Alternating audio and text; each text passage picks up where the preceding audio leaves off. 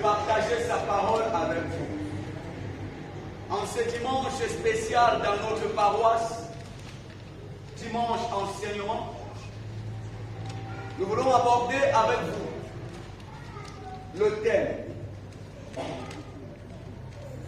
comprendre la place de l'église locale dans la vie du chrétien.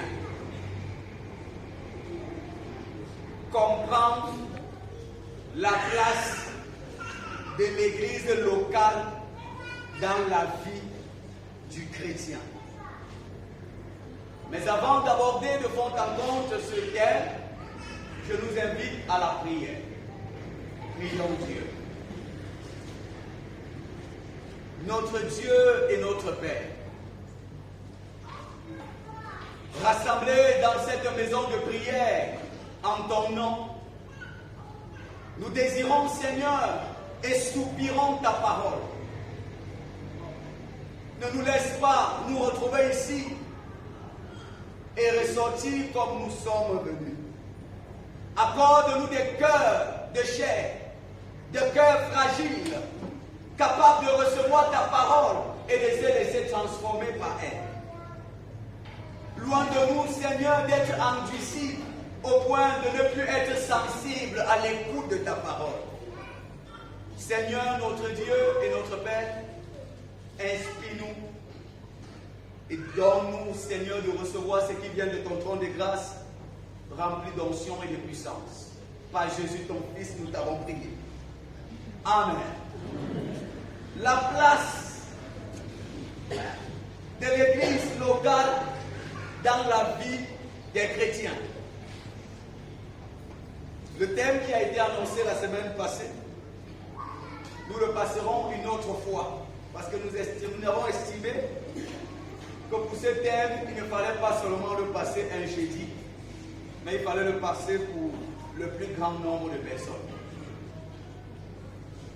Je nous invite à suivre la lecture de quelques passages bibliques qui seront comme support de notre développement de tout à l'heure. Psaume 27, verset 4. Psaume 84, verset 10. Acte 2, verset 42 à 47. Psaume 27, verset 4. Là, il est écrit: je demande une chose que je désire ardemment. Je voudrais habiter toute ma vie dans la maison de l'Éternel pour contempler la magnificence de l'Éternel et pour admirer son temple. Amen. Psaume 84, verset 10.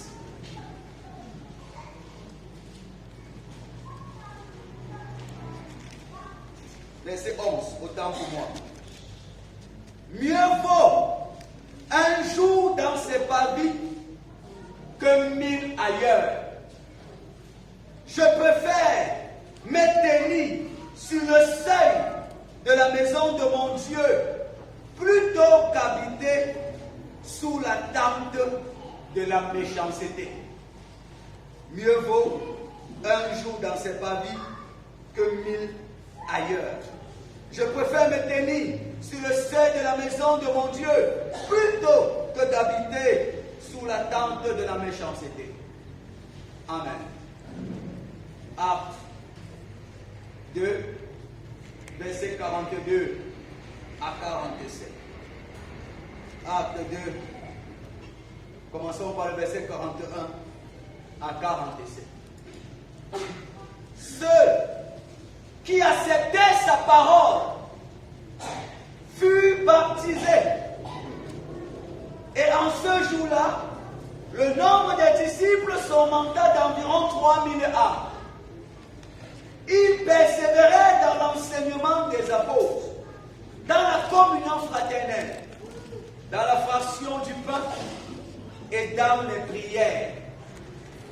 La crainte s'empara de chacun Et il se faisait beaucoup de prodiges et de miracles par les apôtres. Tous ceux qui croyaient étaient dans le même lieu et ils avaient tout en commun. Ils vendaient leurs propriétés et leurs biens et ils en partageaient le produit entre tous selon les besoins de chacun. Ils étaient chaque jour tous assemblés, assidus au temple. Ils rompaient le pain dans les maisons et prenaient leur nourriture avec joie et simplicité de cœur, louant Dieu et trouvant grâce auprès de tout le peuple. Et le Seigneur ajouta chaque jour à l'Église ceux qui étaient sauvés. Amen.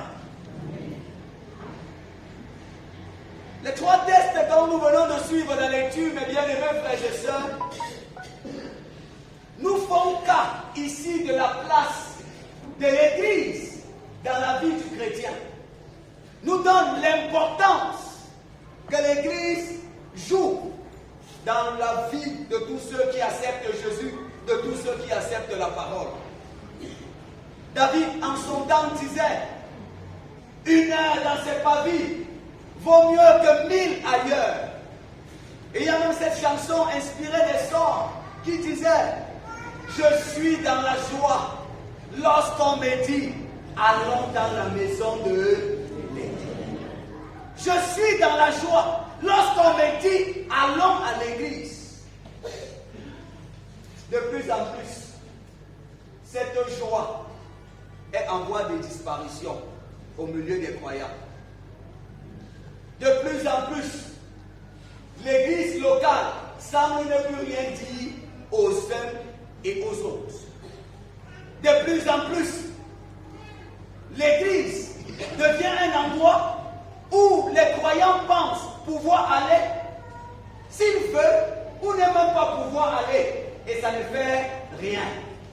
De plus en plus, nous remarquons en milieu chrétien et dans cette génération de croyants qu'un chrétien peut faire 2 semaines, 3, 4 semaines et même 6, voire même plus, sans aller dans sa maison de prière, dans son église, sans être inquiété. Ça ne va pas le déranger et ça ne dérangera pas également les autres personnes. De plus en plus, les gens peuvent venir à l'église comme il le fait et même parfois, il y en a même des spécialistes que s'il n'est pas déjà 9h30, ils ne se laveront pas pour arriver à l'église. Et ça ne dérange personne, même pas eux-mêmes. Et cela n'est pas normal. Ce n'est pas normal parce que nous estimons, après avoir observé et analysé, ici et même ailleurs, mais bien aimé dans le Seigneur, que ça n'est pas anodin et ce n'est pas le fruit du hasard, mais c'est le résultat d'un travail bien orchestré par le monde de l'enfer pour amener les gens à ne plus considérer l'Église à sa juste valeur. Vous comprendrez et vous entendrez ça et là des personnes vous dire, on n'est pas obligé d'aller à l'église avant d'être chrétien. Vous entendez des personnes avec des fausses théories, vous évoquez des choses telles que l'église ne sert à rien. Vous verrez d'autres vous dire, je peux croire et croire dans mon cœur, cela me suffit. D'autres encore vous diront, je crois même plus que ceux qui sont assis au premier banc à l'église. Autant de choses et d'éléments qu'on peut évoquer ça et là, qui peuvent être vrais ou fausses. Des éléments et des raisons que nous pouvons évoquer à tort ou à raison. Mais en réalité, cela n'en demeure pas moins que la maison de Dieu, l'église locale, joue un rôle essentiel dans la maison, dans la vie d'un chrétien. Qu'est-ce que l'église? Quand nous parlons de l'église, que comprendre de l'église? Et particulièrement de l'église locale. Parce que lorsqu'on parle de l'église, on peut la comprendre dans 3 dimensions. L'église universelle, qui est l'ensemble des croyants du monde entier. Cette église est invisible. Donc quand nous disons dans la confession de foi, je crois en l'église, nous ne disons pas je crois en l'église catholique ou évangélique, nous disons je crois en l'église universelle. L'église là, c'est l'ensemble des croyants du monde entier. Ce n'est pas de cette église dont je parle. Nous pouvons parler de l'église comme l'église institutionnelle. Là-bas, c'est lié aux dénominations catholiques, protestants, pentecôtistes et autres. Mais en plus de ça, il y a aussi ce qu'on appelle l'église locale. L'église locale. C'est de cette église dont je voudrais vous parler. Qu'est-ce que l'église locale? L'église locale, c'est le lieu de rassemblement des enfants de Dieu. C'est un lieu dédicacé et consacré à l'adoration des croyants de Dieu. Donc, pendant que nous naissions de nouveau et que nous faisons partie de l'Église universelle, nous devons nous retrouver dans un lieu appelé Église où les croyants, les enfants de Dieu se rassemblent pour adorer le Seigneur. L'un ne remplace pas l'autre. Amen. L'église locale peut encore être compris comme la communauté de croyants qui se réunissent régulièrement dans un lieu bien donné pour adorer Dieu, étudier la Bible et se servir les uns les autres. Communauté de croyants. La communauté de croyants qui se réunissent en un lieu bien déterminé, bien défini, et qui adorent Dieu, qui étudient la parole, mais aussi se servent les uns les autres. C'est aussi ça l'église locale. Dans l'église locale, c'est un lieu dédié à l'adoration et à la communion fraternelle. Mais de plus en plus, vous entendez des personnes vous dire que Dieu n'est pas dans les églises. C'est vrai. Dieu n'est pas dans les églises. Mais la Bible nous dit que Dieu a une maison. Amen. Vous entendez des personnes vous dire que partout on peut adorer Dieu. C'est vrai. Partout on peut adorer Dieu. Mais Dieu voudrait pour les croyants que nous ayons une certaine stabilité et un minimum de stabilité dans notre vie. Mais vous allez remarquer que nous sommes dans une génération où beaucoup de personnes qui ont cru au Seigneur désertent les églises chaque jour et de plus en plus. Ceux qui ne désertent pas les églises pour le quartier, vous verrez certaines quitter ici pour là-bas, là-bas pour l'autre côté, l'autre côté pour derrière, derrière pour devant. Et en moins d'une année, on a fréquenté au moins ces 18 églises. On n'est jamais sur place. Et à un moment, on peut se demander que cherche l'homme. Que cherche l'homme? Et finalement, on ne comprend pas et on ne réalise pas que ça nous met dans une instabilité. Or, à chaque fois que vous êtes instable, vous ne pouvez pas vraiment croître. Vous ne pouvez pas vraiment vous développer. Imaginez une plante de maïs ou de macabo que vous déterrez ici lundi en terre. Vous partez mettre sur un autre endroit. Après une semaine ou 2 semaines, vous enlevez encore. Vous partez mettre ailleurs. Après quelques temps, vous enlevez encore et vous allez planter ailleurs. La terre, c'est la terre, non? Mais est-ce que c'est ce macabo va grandir normalement? Est-ce que ce macabo peut être en train de grandir normalement? C'est comme ça qu'il y a beaucoup d'entre nous qui n'arrivent pas à grandir à cause de l'instabilité. Quelles sont les raisons qui peuvent amener beaucoup de personnes à abandonner l'église, à déserter l'église, malgré l'importance de l'église locale? Les raisons sont multiples et ça varie d'une personne à une autre. Et nous avons essayé d'écouter les personnes, d'analyser et d'observer les raisons que les gens peuvent en avoir. Et je peux vous rassurer que plusieurs de ces raisons peuvent être légitimes. Mais ce n'est pas parce que c'est légitime que tu as raison. Amen. Certains ont abandonné l'église à cause de multiples déceptions et blessures. Qu'est-ce que ça veut dire? On a été dessus. Vous verrez cascade d'abord. J'ai été trop déçu. L'église n'est pas ce que je pensais. Ce n'est pas ce que je croyais là-bas. Tu croyais que l'église était quoi? Et quand vous voulez poser la question, vous allez entendre quelqu'un vous dire, je suis allé à l'église et j'avais mes problèmes. Mais personne ne s'est préoccupé de moi. J'étais même absent à l'église pendant un certain nombre de temps. Personne n'est arrivé. Ni le pasteur, ni les anciens, même les gens de ma chorale. C'est pourquoi dès que j'ai guéri, j'ai dit que je ne viens plus là-bas. Vous voyez que sa raison est légitime, non? Hein? Vous ne pouvez pas l'empêcher de pleurer alors que vous l'avez tapé. Certains encore vous diront, pasteur, l'église n'est pas ce que tu crois là. Je suis arrivé à l'église et j'ai des choses que j'ai vues à l'église là. Même chez les païens, je n'avais pas encore vu ça. Tu te rends compte que j'ai vu à l'église 2 conseillers bagarrés, pasteur. 2 anciens bagarrés. Et depuis le jour là, j'ai dit que je ne viens plus.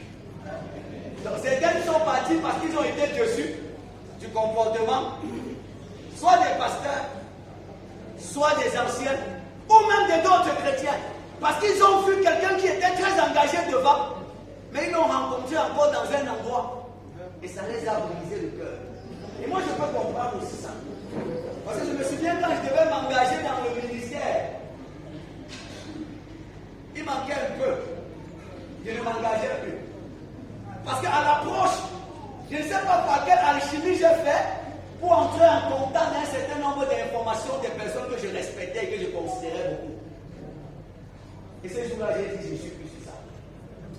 Il a fallu que Dieu me rattrape par des moyens de force pour que j'y entre encore. Vous voyez qu'à cause de ce que j'avais vu et découvert dans l'église, je m'étais dit non, ça ne vaut pas la peine. Ça veut dire qu'en réalité, tout le monde est comme ça. Et parfois, ça peut choquer et blesser.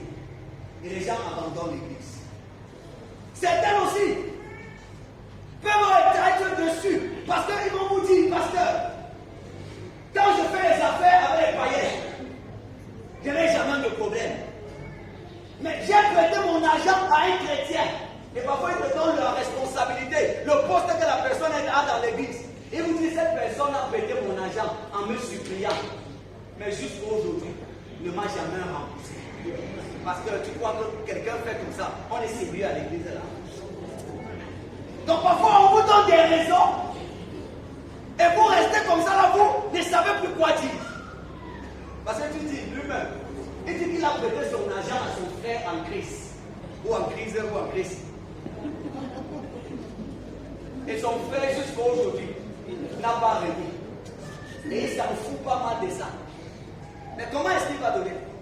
Comment est-ce qu'il aura encore l'engouement d'arriver à l'église? Donc on a des déceptions comme ça. On a des blessures. Et Dieu seul sait combien de personnes sont blessées et ont été frustrées dans l'église. Et même vous qui m'écoutiez ici, peut-être certains d'entre vous, vous avez dit, je viens encore.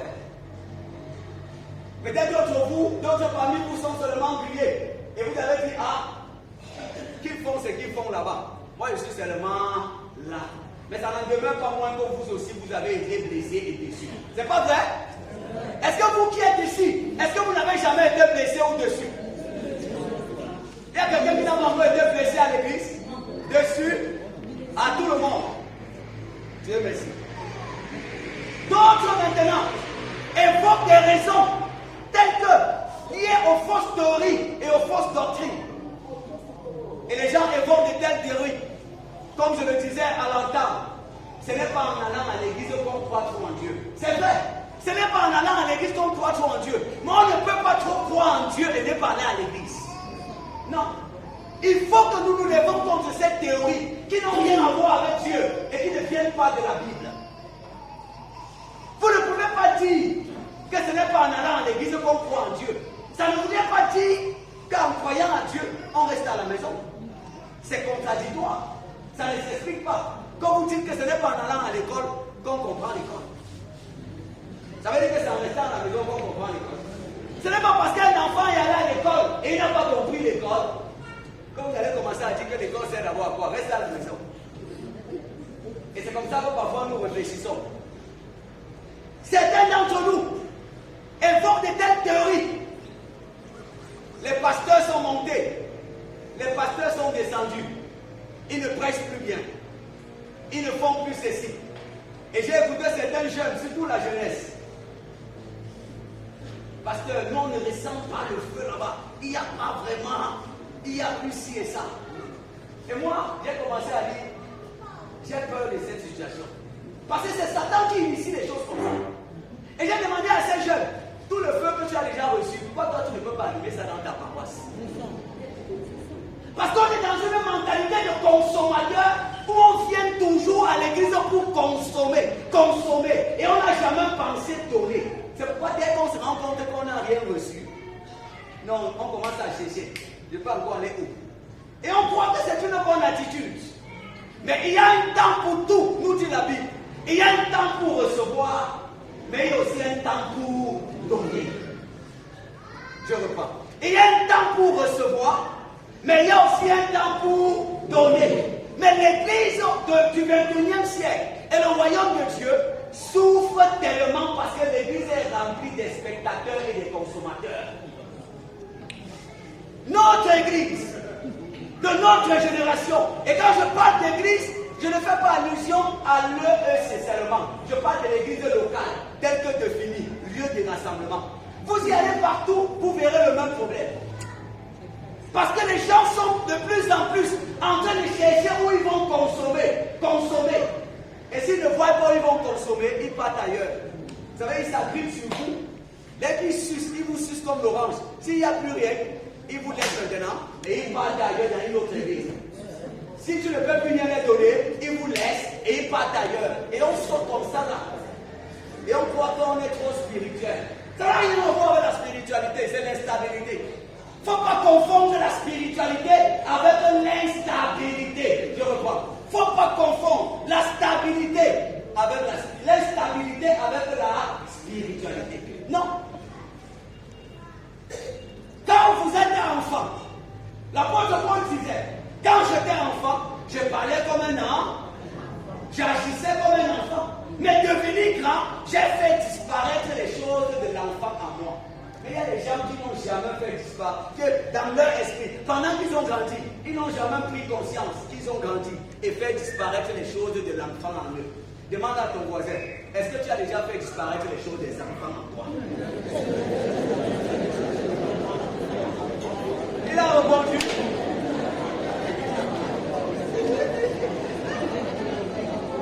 Nous sommes trop remplis d'un esprit d'enfantillage, un esprit consommateur.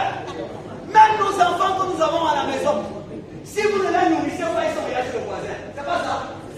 Si vous n'avez pas la télé ou la télé est gâtée, ils sont déjà chez le voisin. Si vous n'avez pas telle chose, ils sont déjà ailleurs. Et parfois, vous pouvez vous lever le matin avec l'enfant à Tunga et le soir, il est déjà au quartier Aoussa à cause d'un plat de nourriture ou à cause de je ne sais quoi. Mais quand l'enfant grandit, il commence à réfléchir. Si la télé est gâtée, qu'est-ce que je peux faire pour qu'il y ait la télé dans cette année? S'il n'y a plus de nourriture, papa n'a pas rationné. Est-ce que moi-même je ne peux pas apporter ma part de contribution? Il commence à réfléchir comme quelqu'un qui peut apporter une solution. Il ne devient plus un consommateur, mais il entre dans la mentalité de producteur. Et quand vous avez la mentalité de producteur, vous pouvez vivre même dans le désert, parce que vous allez produire.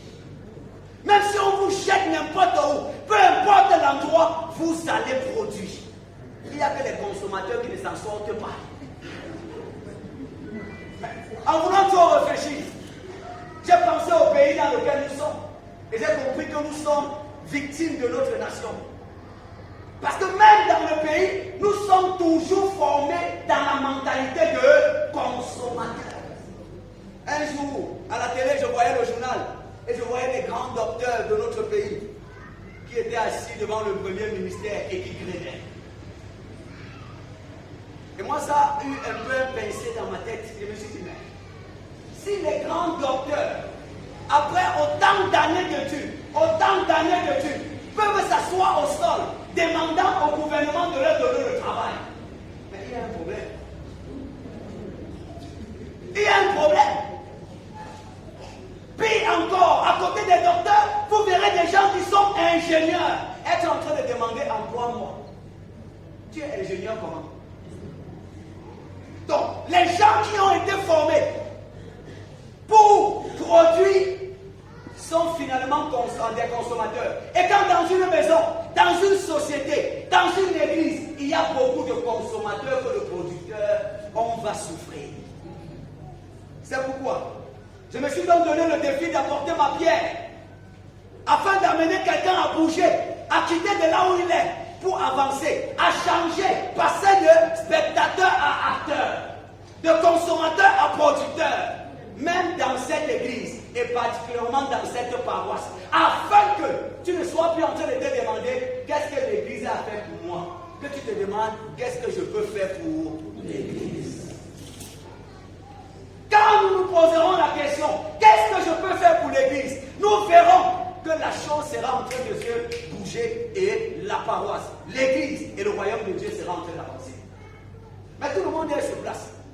Oh, les anciens ne sont pas venus bouger le banc-ci.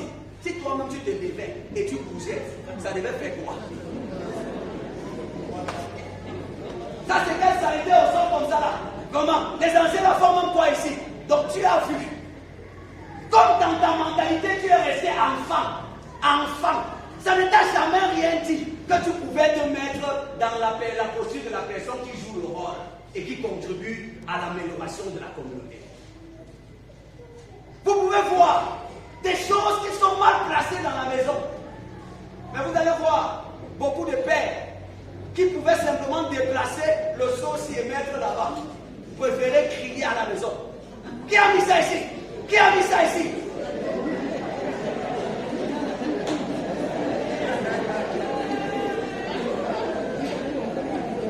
Alors qu'on aurait pu résoudre beaucoup de problèmes simplement en prenant, en déplaçant.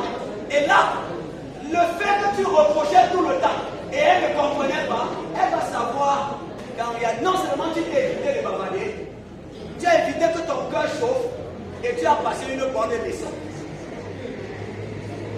Mais comment est-ce que nous pouvons agir comme ça si nous n'avons dans notre esprit que la mentalité de consommateur?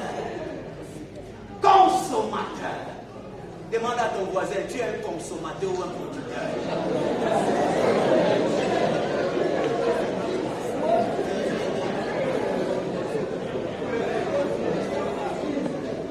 C'est à cause, mes bien-aimés dans le Seigneur, que cette mentalité de consommateur, que nous avons beaucoup de personnes qui ne se retrouvent plus dans les églises, qui veulent seulement toujours partir. Parti et parti. Personne ne veut arranger. Tout le monde aime là où c'est déjà bien. Il y a deux catégories de personnes. Il y a ceux qui arrangent. Et il y a ceux qui viennent simplement consommer. Quelqu'un dit, il y a les gens d'en haut, et les gens d'en bas, en bas. C'est-à-dire ceux qui travaillent et ceux qui mangent. Mais je peux t'assurer d'une chose. Ceux qui mangent n'entrent jamais dans l'histoire de la bonne façon. Ils entrent toujours de la mauvaise façon dans l'histoire.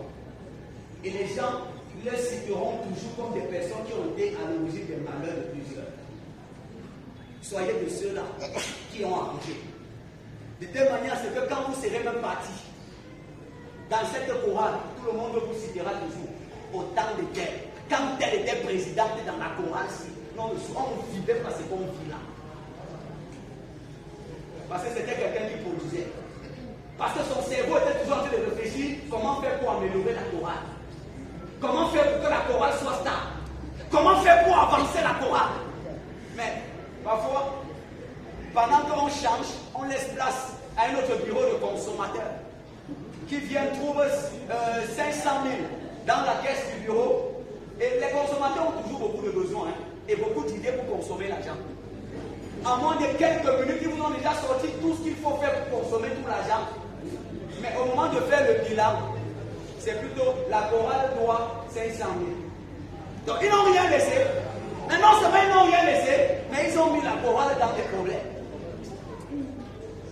Et c'est pourquoi les tels bureaux et les tels leaders n'aiment pas souvent les réunions, n'aiment pas souvent les rencontres, parce qu'ils ont peur et ils savent qu'on va pointer du doigt sur leur incompétence. Ne soyez pas de ceux qui consomment. Soyez de ceux-là, à quelque niveau vous êtes, qui vous demandez la question, qu'est-ce que je peux faire pour améliorer la vie des gens? Qu'est-ce que je peux faire en tant que leader, pasteur, pour améliorer la vie du conseil de la paroisse de Tunga? En tant qu'ancien, qu'est-ce que je peux faire pour améliorer la condition de cette communauté? Et si chaque chrétien se posait la même question, on ne serait pas là et on n'aurait pas trop de temps à se critiquer, à calomnier et à faire le combo ça sur le nom des gens. Il y a des gens qui sont atteints de l'esprit criticologie. J'appelle ça la maladie de la criticologie. Ça veut dire toujours en train de parler sans rien proposer. Parler. Et quand vous les dites, tu penses alors qu'on peut faire comment? Non, moi je ne sais pas. Je disais seulement que c'est comme vous avez dit là n'est pas bon. Esprit consommateur. Ils sont toujours là en train de remettre en question ce que les autres ont essayé. Mais quand vous les mettez devant le faire, ils ne feront jamais. Ils n'ont même pas le courage de se placer devant. Mais bien aimé, l'expérience a montré que lorsqu'on est en plein travail, on n'a pas le temps pour trop bavarder. C'est lorsqu'on n'est pas occupé qu'on bavarde. Dis à ton voisin, sois occupé. Sois occupé. Importance de l'église locale.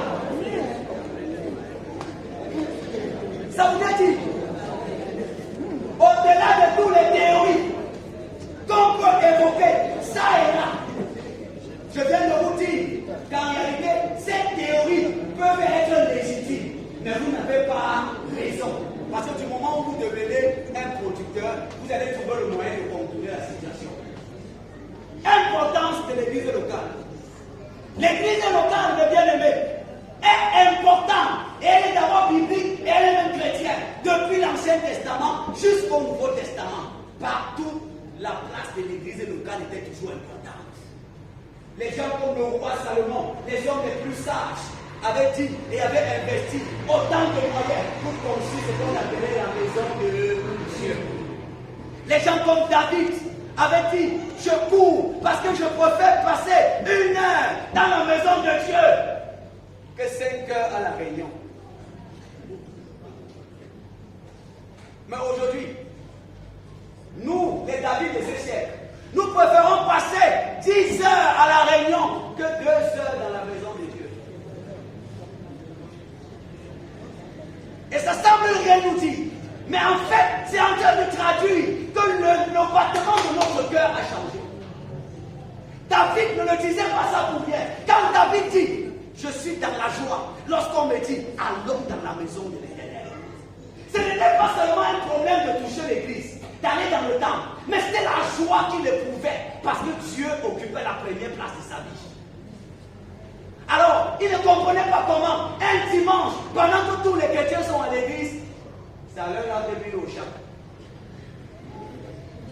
Pendant que les chrétiens sont à l'église, ça leur a qu'on voit qu'on va laver les habits. Pendant que les chrétiens sont à l'église, ça leur a qu'on voit qu'on va préparer. Parce que l'église ne nous dit rien. Et si l'église ne te dit rien, c'est parce que Dieu n'est rien pour toi. D'ailleurs, il y a 2 catégories de personnes. Ceux qui se servent de l'église pour leurs intérêts et ceux qui servent les intérêts de l'église. C'est 2 catégories de gens à l'église. Donc beaucoup n'ont rien à foutre avec Dieu à l'église. De la chair jusqu'au dernier banc. Plusieurs n'ont rien à foutre avec l'église. C'est l'église qu'on utilise seulement pour nos intérêts. C'est l'église qu'on utilise. De plus en plus, c'est pourquoi vous pouvez voir la télé chaque temps. On va vous dire vraiment, à cause de les élections, il y a une discussion. L'église en telle est en train de discuter. L'église de telle est en train de bagarrer. À cause de quoi? Le pouvoir. On est prêt à salir la gloire de Dieu, mais avoir raison. Quelqu'un qui est préoccupé de la gloire de Dieu acceptera d'avoir tort pourvu que le nom de Dieu soit lavé. Quelqu'un qui est préoccupé des intérêts du royaume accepterait de perdre ses intérêts pourvu prédication. Même s'il faut détruire le nom de Dieu, même s'il faut briser notre réputation pour nos intérêts, on s'en fout pas mal. Au point où c'est le gouvernement qui va venir trancher les problèmes de l'église maintenant. Vous regardez à gauche, même chose. À droite, même chose. Des gars, même chose. De part et d'autre, même chose. Comment donc ne pas voir les gens qui ne sont jamais là lorsqu'on parle d'enseignement, lorsqu'on parle de rencontres fraternelles, lorsqu'on parle des activités décisionnelles pour faire avancer la paroisse? Comment ne pas constater qu'à l'église, vous ne verrez jamais certaines personnes dans les endroits comme ça? Lorsqu'il faut réfléchir pour la bonne marche de la paroisse, lorsqu'il faut travailler pour faire avancer la communauté, vous ne verrez pas. Mais lorsqu'il y aura partage du gâteau, c'est là où vous verrez chacun, avec son rang et son titre, atterri. Vous savez, je suivais un débat et quelqu'un disait à propos du tribalisme que le tribalisme, en réalité, c'est pour les affaires des gens d'en haut en haut. Pour les gens d'en bas, nous on se partage les allumettes. C'est pas ça? Sans demander Dieu de quel village.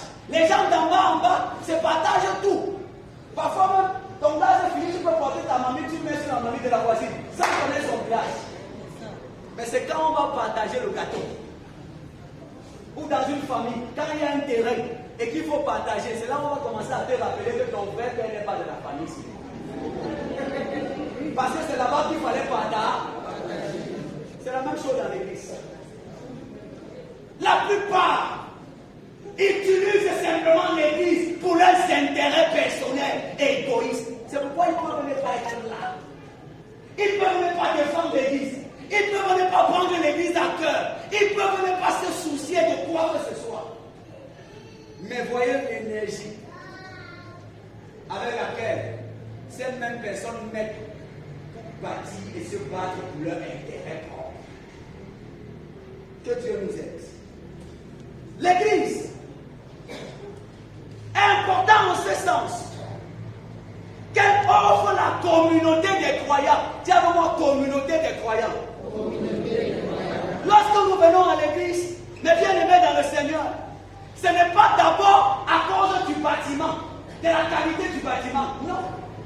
C'est d'abord parce que nous voulons retrouver notre frère et notre sœur. Quand nous venons à l'église, nos frères et sœurs sont plus importants que le bâtiment. C'est pourquoi nous sommes dans un temple, il n'y a pas de lumière, mais nous sommes heureux. Mais vous allez voir plusieurs pour choisir l'église qui regardent la beauté de l'église. Pour choisir l'église. C'est pourquoi vous voyez, les églises en chantier.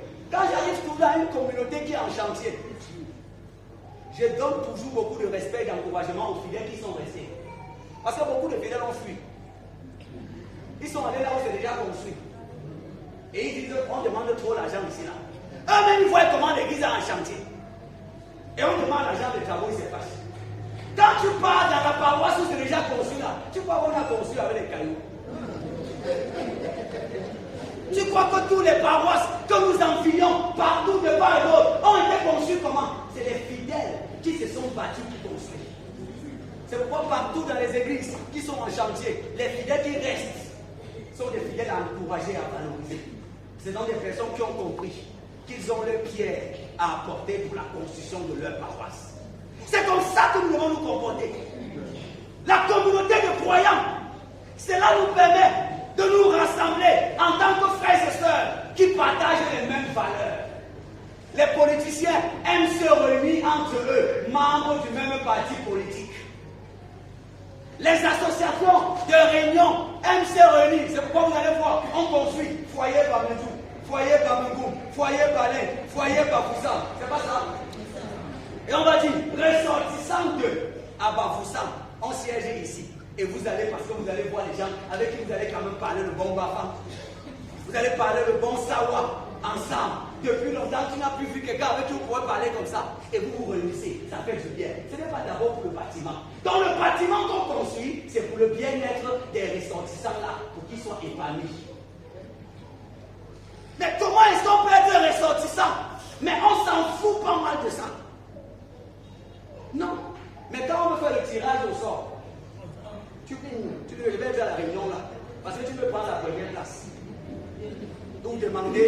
ta deuxième place. Mais quand les gens réfléchissent, tous les jours siègent, tu es jamais. Ça veut dire que dans ta tête, tu es là-bas seulement pour tes intérêts. La communauté des croyants. Nous devons pouvoir apprécier chaque personne à côté de nous à sa juste valeur. Ton frère, ta soeur qui est à côté de toi, c'est pour qui quelqu'un pour qui Jésus est mort. Et tu devais être pressé en semaine de dire il faut que je rencontre maman telle. Il faut que je rencontre papa tel. Ça fait longtemps que je ne l'ai pas vu. Et quand tu arrives à l'église, c'est pourquoi on arrive même à l'église avant. 30 minutes avant, on est dehors dans les commentaires. On est dehors, on s'échange, on se salue, on cause. Avant que le culte ne commence. Mais il y a d'autres. S'il n'est pas 9 heures, vous n'allez pas le voir. Et même quand ils arrivent à l'église, c'est comme s'ils n'ont aucun problème. Donc c'est comme s'ils sont même pas en retard. Ils marchent avec beaucoup d'élégance. Elle va marcher avec beaucoup de prestige.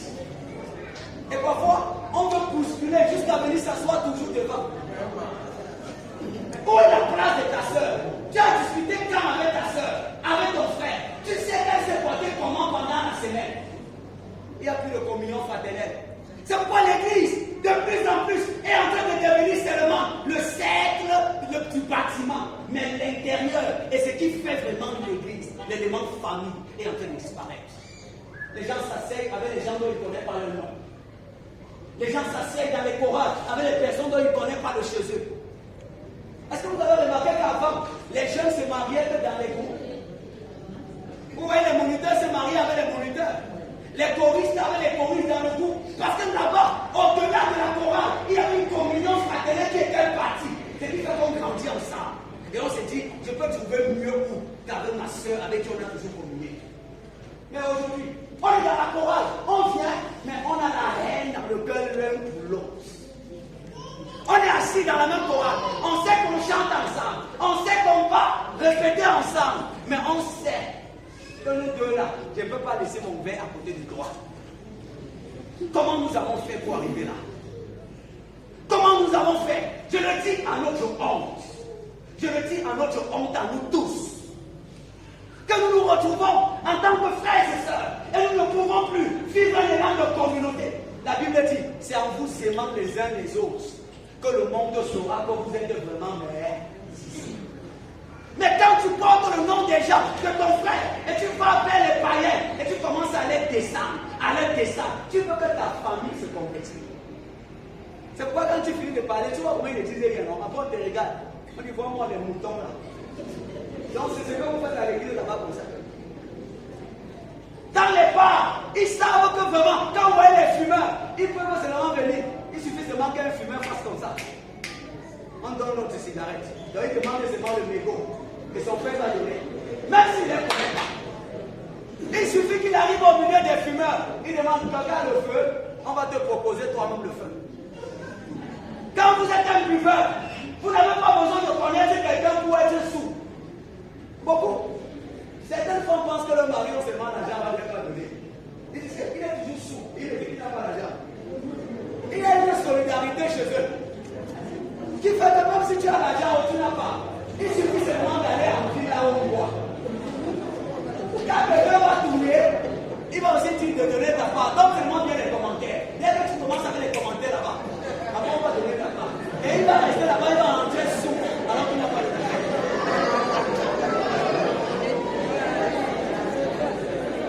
Mais à l'église, comment comprendre que dans l'église locale où nous nous retrouvons, nous ne pouvons plus nous sentir concernés par le problème de l'autre. Un autre peut être touché. Ta soeur peut avoir un problème. Elle est touchée. Mais c'est nous encore qui nous mettons à dire c'est le jugement de Dieu sur elle. Quelle méchanceté. Quelle priorité de notre part. Où les gens à l'église peuvent se poignarder les uns et les autres. On s'en fout pas mal de la douleur des gens. Vous allez écouter les gens qui se rassemblaient entre eux jusqu'à ricaner. N'est-ce pas, elle disait que c'est elle qui prie. N'est-ce pas, ils disaient que c'est eux qui prient dans la paroisse. Pourquoi ça leur arrive? Pourquoi alors ils disent ceci? Et on est content, puisqu'on rit. Sans savoir qu'on est dans la sorcellerie inconsciente. Et que Satan est en train de nous utiliser à une dimension qui ne dit pas son nom. Comment pour nous. Même un homme normal ne peut pas se moquer de la souffrance de quelqu'un. On n'a pas besoin d'être chrétien pour ça. Il faut seulement être humain. Humain. Mais comment comprendre que quand on est frère et sœur, on ne pense pas à la douleur que l'autre peut ressentir quand on se met à dire une chose. Mais bien aimé dans le Seigneur, c'est à cause de ça que plusieurs ont envie de se retirer. Mais l'Église est d'abord et avant tout une communauté où les croyants se sentent à l'aise. Dans les familles où on ne les a pas acceptés, où on les a rejetés, ils viennent à l'église et ils se sentent encadrés. Il y a des communautés où on a chassé les orphelins, c'est l'église qui a pris en charge et a payé la pension. Il y a des communautés où à cause de la persécution, on a chassé certains jeunes, c'est un frère de l'église qui a pris bien. On est avec toi. Et on a payé, encouragé, hébergé ce frère. Parce que c'est ça la communauté. C'est comme ça que plusieurs de nos parents ont grandi dans l'église. Deuxième avantage. L'église, quand tu Christ, l'église a pour avantage que lorsque nous nous réunissons, comme maintenant, nous puissions adorer Dieu ensemble. Nous puissions élever la voix ensemble. C'est pourquoi la Bible va toujours insister sur la prière communautaire. Là où 2 ou 3 sont rassemblés en mon nom. Si 2 se mettent ensemble pour demander, je le ferai. Je le ferai. Parce que Dieu met un accent sur l'adoration en commun. Mais bien aimé, l'adoration peut se faire seul dans sa chambre. Mais le culte a été prévu pour Dieu, pour être mieux fait pendant que nous sommes en communauté. On adore Dieu ensemble. On célèbre Dieu ensemble. On célèbre Dieu ensemble. Troisième importance. L'église locale nous offre l'importance d'une formation du peuple de Dieu. Quand vous naissiez de nouveau, c'est dans l'église locale que vous êtes supposé être conduit pour grandir. Et ça, c'est le rôle des pasteurs. Pour pouvoir grandir, se mettre dans la paroisse, stabiliser le peuple. Stabiliser le peuple. C'est pourquoi si vous, quand vous naissiez de nouveau, et que vous venez à l'église, si vous n'êtes pas au milieu d'une communauté, vous n'allez pas être formé. Vous n'allez pas bien croître.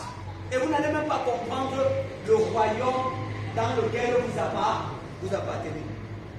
Le texte de Acte 2, à partir du verset 41 que nous avons lu, nous dit clairement que ceux qui acceptaient la parole furent baptisés. On ne se baptisait pas au quartier. On se baptisait pour entrer dans l'église. Amen. On se baptise pas au quartier. Il y a des gens là, ils ne font aucune église. Parfois, ils atterrissent seulement à la catéchèse et ils demandent de baptiser. Même la mère, le père sait que l'enfant ne va même pas à l'église. Où il va aller au Canada, où il va aller partout, où il va aller où. On le tire seulement. On le baptise. Et après, il continue à partir là où il partait. Il ne connaît pas l'église. Ceux qui acceptaient la parole furent baptisés. Et ce jour-là, le nombre des disciples s'augmenta d'environ 3000 âmes. Ceux qui se sont baptisés, ils persévéraient dans l'enseignement des apôtres.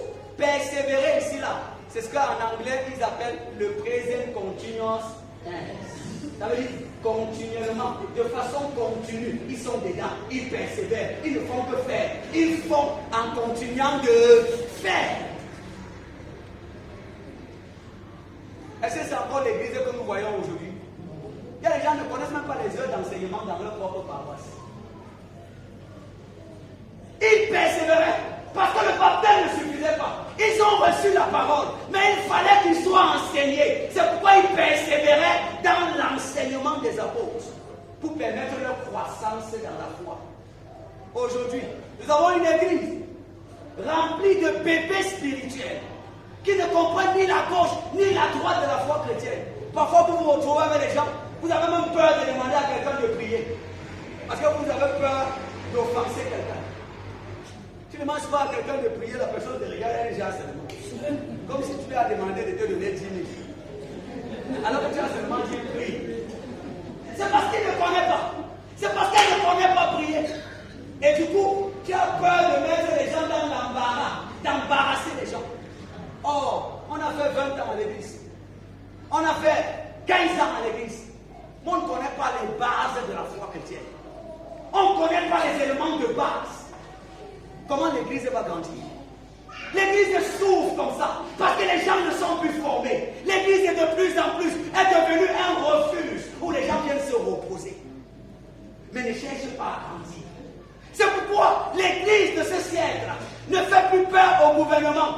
L'église de ce siècle ne répond plus aux besoins de la société, parce qu'elle est constituée des hommes et des femmes qui ne comprennent pas grand chose.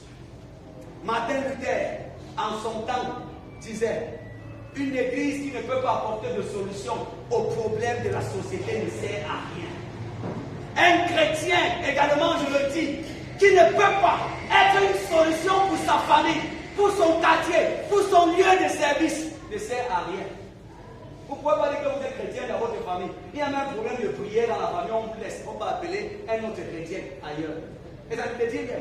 On a un ancien d'église dans la famille, mais il y a un problème de l'église, on peut appeler ailleurs. Alors que tu es là. Et ça ne te dérange pas. Tu ne sais pas qu'on est en train de te passer un message. Tu es ici. Écoutez, si je suis pasteur dans ma famille, et il y a un problème de pasteur, on peut appeler ailleurs. Tu vas commencer à m'interroger. Tu ne peux pas être leader. Tu es dans ta famille. Quand quelqu'un a un problème, c'est d'abord à toi qui dois penser, avant que ça te dépasse. C'est pas ça? Imaginez que tu sois médecin. Quand vous avez un médecin à côté de la maison, quand quelqu'un a une maladie, la première personne qu'on appelle c'est qui? C'est pas qui. C'est la même chose. Si on ne nous appelle pas, ça veut dire que notre ministère n'est pas en train d'impacter les gens. Ça veut dire que nous ne résolvons aucun problème et personne ne nous fait confiance. Et nous ne pouvons pas résoudre les problèmes si nous restons des bébés spirituels, des bébés dans la foi. Et l'église est là pour permettre la croissance spirituelle des uns et des autres, pour nous permettre de grandir dans l'enseignement, dans la connaissance et dans la révélation de Dieu. Mes bien-aimés, il est temps que nous comprenions que l'église est là pour nous permettre de grandir. Et c'est au travers de l'enseignement, de la connaissance, qu'on grandit de plus en plus. Le fait de dire que nous sommes à l'église depuis ne veut rien dire. Quand on va écouter ta manière de parler, on va savoir si tu es à l'église depuis. Quand on va t'écouter agir, on va savoir si tu es à l'église depuis. Tu ne peux pas être à l'église depuis. C'est toi qui insultes les gens à la chorale. Tu ne peux pas être à l'église depuis. C'est toi qui méprises les gens et qui ment comme il n'est pas permis. Tu ne peux pas être à l'église depuis. Et c'est toi, d'une certaine façon, qui parle avec mépris aux gens. Ça veut dire qu'en 15 ans, le Saint-Esprit n'a rien fait dans ta vie. Il ne t'a pas transformé. Bon, j'oubliais qu'il y a des enfants qui vont à l'école mais n'entrent jamais en classe. Dis à ton voisin, entre en classe. Dis à ton voisin, entre en classe.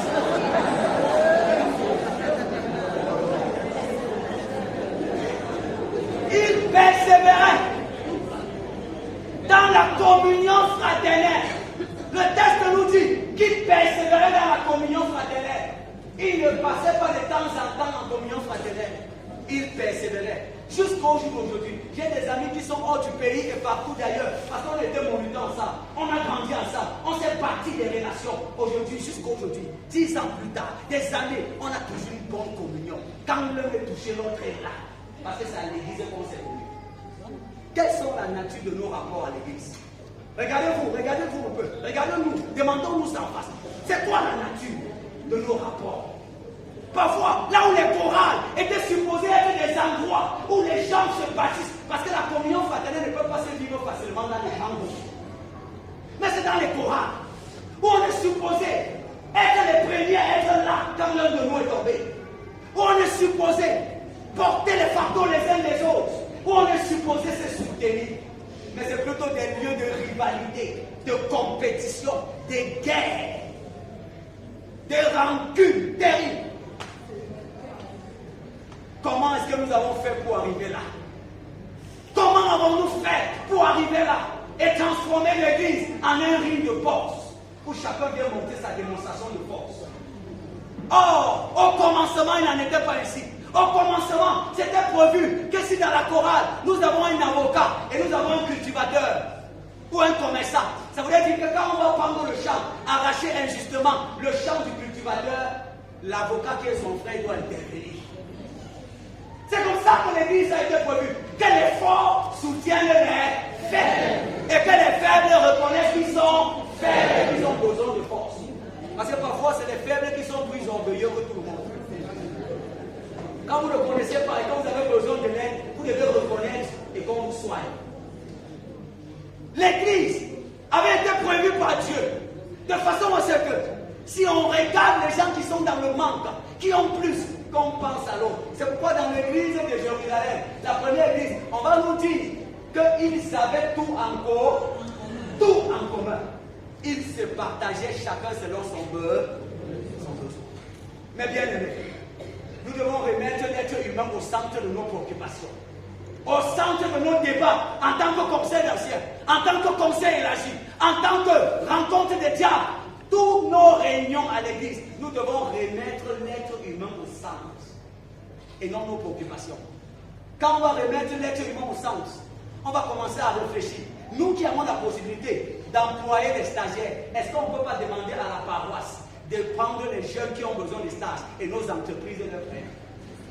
On a dans l'église, d'un côté les gens qui ont des entreprises, d'un autre côté les gens qui chôment.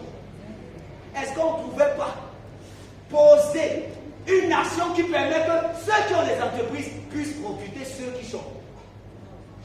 Et la communauté sera recrue. La communauté sera recrue. Il persévérait.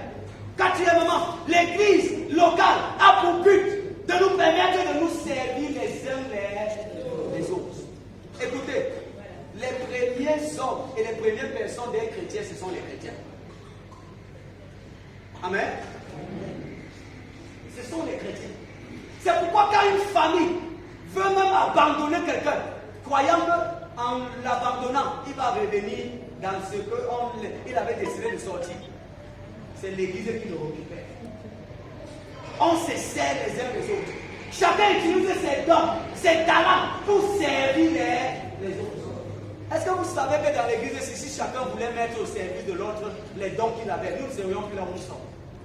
Il y a des gens qui ont la tête pensante, qui ont l'intelligence, qui quand ils s'asseyent là-bas, ils voient bien des choses dans leur tête, comment on peut faire pour que la paroisse soit bien. Mais ils disent dans leur tête, ah, est-ce que c'est le chez moi? C'est entre nous. Est-ce que c'est le chez moi? D'autres ont les idées qui peuvent bien seulement donner en un temps record pour que ça marche. Même à l'assemblée paroissiale, ils ne viennent pas. Parce que dans notre tête, ce n'est pas ma maison. Ce n'est pas le chez moi. Mais bien aimé dans le Seigneur. Nous devons ressortir dans ça. Et pouvoir nous sentir impliqués dans la paroisse.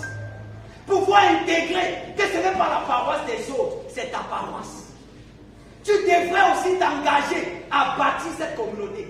Vous voyez, certains cas, ils arrivent, ils ne vont, vous les demandez en tant qu'ancien, voilà une banque devant ancien, vous dites non papa, je m'assois ici au fond. Parfois vous croyez que c'est l'humilité. C'est que même dans sa tête, il n'est pas avec vous. Il sait seulement que d'un moment à l'autre, il va sortir. Même quand vous avez une fête, quand vous n'allez pas jurer, c'est comme ça que vous vous asseyez, non? Avant moi, après. Il y a des gens qui sont aussi à l'église toujours comme ça. Avant moi, prêt, paré. Dis à ton voisin, assieds-toi bien à l'église. Assieds-toi.